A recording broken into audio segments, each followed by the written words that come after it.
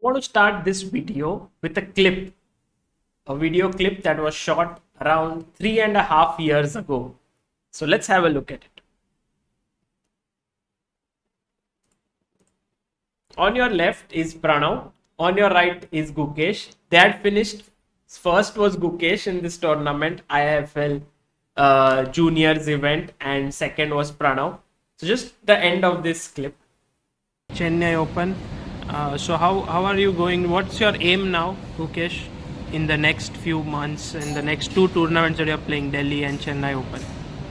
Yeah, I should make IM norms or GM norms also. GM norms also you think you can make? Yeah. And you, Pranav, I what's... should play good chess. You don't plan to make norms or anything? If I play good chess, it will come. It'll come on its own. Yeah. It's very nice. Okay, so guys, all the best. So as you can see, that was Pranav, that was Gukesh in 2018. Even before that, they were very talented, both born in 2006. As you know, Gukesh is already a grandmaster. He has a elo of 2550 plus. Pranav, on the other hand, slowed down a bit. He is right now 2365. He has 2 IM norms.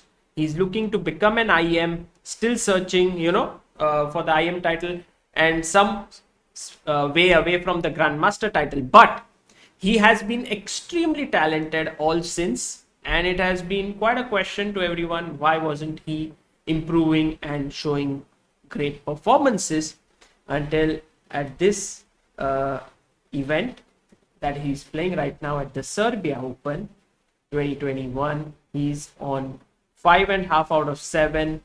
This is him on the right playing against Aydin Suleymanli, one of the biggest talents in the world of chess, because Aydin won at the Aeroflot Open Masters event in 2020. Very talented boy. And just to show you Pranav's performance here, look at this. He is gaining 64 elo points.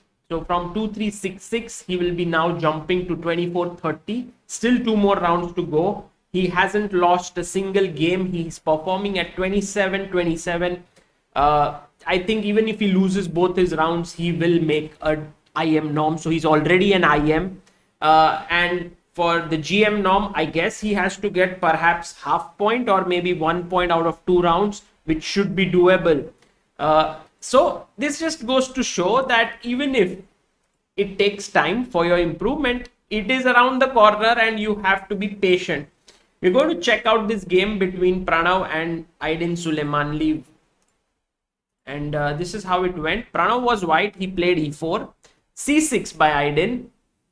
Knight f3. d5, knight c3. One of the things about Pranav which you will notice is his trickiness. Okay, and this game is very difficult to analyze because there are so many different patterns and things happening. By the way, this is the 2 knights defense in the Karo Khan, and a very solid line chosen by Aydin where he gives up the bishop and then puts all his pawns on the light square so that his other bishop is active. d3, knight d7, bishop d2, and long castle. So black goes a5, starting to create some play on the queen side, and now you can see the trickiness begins. d4 first. If you were to take this pawn, which is kind of a poisoned pawn, then e takes d5. If you take cd5, there are many ways, but I think bishop g5 with the idea of knight coming to b5, attacking the queen, and all sorts of sacrifices in the air. Like let's say knight d5, e d5, and queen d5, and already black is toasted. On the other hand, if you take with the e pawn, once again bishop g5 with rook e1 check coming up, and still the sacrifices here should give white a winning position. So bishop b4 was played by Aydin, a3 by Pranav. Maybe better move was queen g3, asking black how are you going to defend the pawn on g7. Maybe Aydin would have chosen king f8, but that he would have to lose castling rights. g6 weakens the dark squares even further. So maybe this was a better way to continue.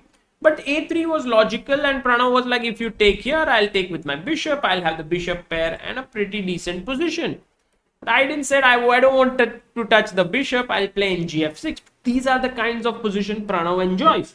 He took AB and now put his knight on b1 because, of course, he has to do something about rook a1 mate. If he moves his knight away like this is checkmate. So knight b1, and now black took. So in return for a piece, black has got 2 pawns and also a very dangerous open file for his rook. Pranav played bishop e1, defending his d4 pawn. Also f2 pawn is protected. c5. Bishop to d3 was played here. And I think this was a mistake because the right move is to take. And not just this, but there is a very cool move here for white which gives him the advantage. Can you find it? White to play. Kudos if you found the move rook to d4, because now the b4 pawn is very difficult to defend and white is just better, you know. If black tries rook a4, there is b3. Otherwise, you say, like, if you go knight a6, I can even sack this, and this, and the attack is all over. So let's say rook a1, rook b4, bishop b5, and already white is doing very well.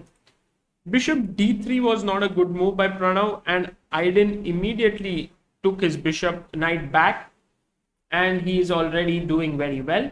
D takes c5, knight takes c5, king d2. Now creativity has started. The king is coming out and is already rushing towards the other side of the board.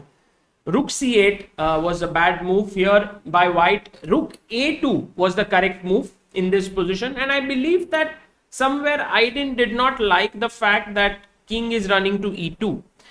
Knight takes, by the way, b3. There is knight takes b3, and white is in trouble. But king e2, rook takes b2, king f1, knight d3, queen d3, and castles. This position is much better for black. It's difficult to assess your piece down still, but you have 3 pawns, and also the c2 pawn is very weak. Rook is very active. So rook c8 was played, and now king e2 would have been better. Let's say knight d3, queen d3, and white is doing very well. But somehow Pranav went queen f4, and once again after castles, black would have been better, like, you know, has good compensation now, because the same problem after takes, the rook is coming in. With the queen here, you could have taken with the queen. So let's say cd3, rook check, and king f1. I think that after rook b2, black has great compensation. But b3, king e2, takes. Now white is back in the game. Queen b2, queen d2, and he put his bishop here. If you give rook c2 check, there is bishop d2. So he went queen b2 and king f1. So Pranav has managed to cut his losses, get his king to safety, and also now he is piece up, but black has 3 healthy pawns here. So should be roundabout even, maybe slightly better for white, but you have to play carefully. Castles, and this is one more move here to show you his creativity. White to play. What would you do here? Now if you see, this knight can develop to a3, c3, or d2. Bishop is okay, it can come out here as well. Rook is well placed. The problem piece is the rook on h1. So what do you do about it? And one way is to go for this long plan. The other one is to open it up from h4 so that it comes to h3. Very good move by Pranav. Rook c2, rook h3, knight e4, and now f2 is under threat. So he played rook f3, rook knight c5, queen a3. So you can't trade the queens. He went here, king g1, rook c4 was played, and once again a tricky move by Pranav. He goes rook g3. So the h4 pawn is hanging, but you can't take it. Why? White to play? Yes. Rook takes g7, king takes g7, and queen g3, picking up this rook. That was the plan. So f6 was played here. Pranav went queen f3, d4, and I think this was a time pressure or a mutual blind spot, or maybe a recording error. I don't know what was the thing, because knight a3 here just forks the 2 pieces. Could be that there was some mistake in recording the moves. But here h5 was played, queen d7, h6, g6, knight a3. And now you can see white simply being able to, coordinate his pieces. Knight d3, he brought his bishop out, rook here, queen c8, queen e4, and now after rook a7, I would like you to calculate rook takes g6 here, which is what Pranav played, but try to think a few moves ahead if you can spot the win. So take, queen takes, this is obvious. Did you calculate what happens to king f8? It cannot be played because the bishop is here. King h8 is the only other logical move. And now the move that Pranav played shows again how good he is tactically. Bishop e7. He wants to take on f6. So rook takes e7 was played, but now queen f6. You're winning the rook. King g8, queen e7, threatening mate in 1 on g7, queen c7, queen takes e6. Here, king h7 was played, and now after check, here Aydin resigned the game because wherever the king goes to h6 or h8, rook e1 comes in, and then the rook will enter the game with decisive effect, and Pranav would win it. So in this way, Pranav won his game and is simply crushing it in the tournament. Once again, a look at the standings shows that Pranav also has very good chances to finish at the top. As you can see, he's on 10th position right now with 5.5 points. And today he plays against Eltad Safarli, a very strong Azeri GM. Let's see what happens. But till then, a big congratulations to the lad. A big congratulations to the members of Chess Base India who contributed, because all the fund goes to this boy for this trip in the June month. So thank you all for your support. This is Sagar Shah signing off. Bye bye.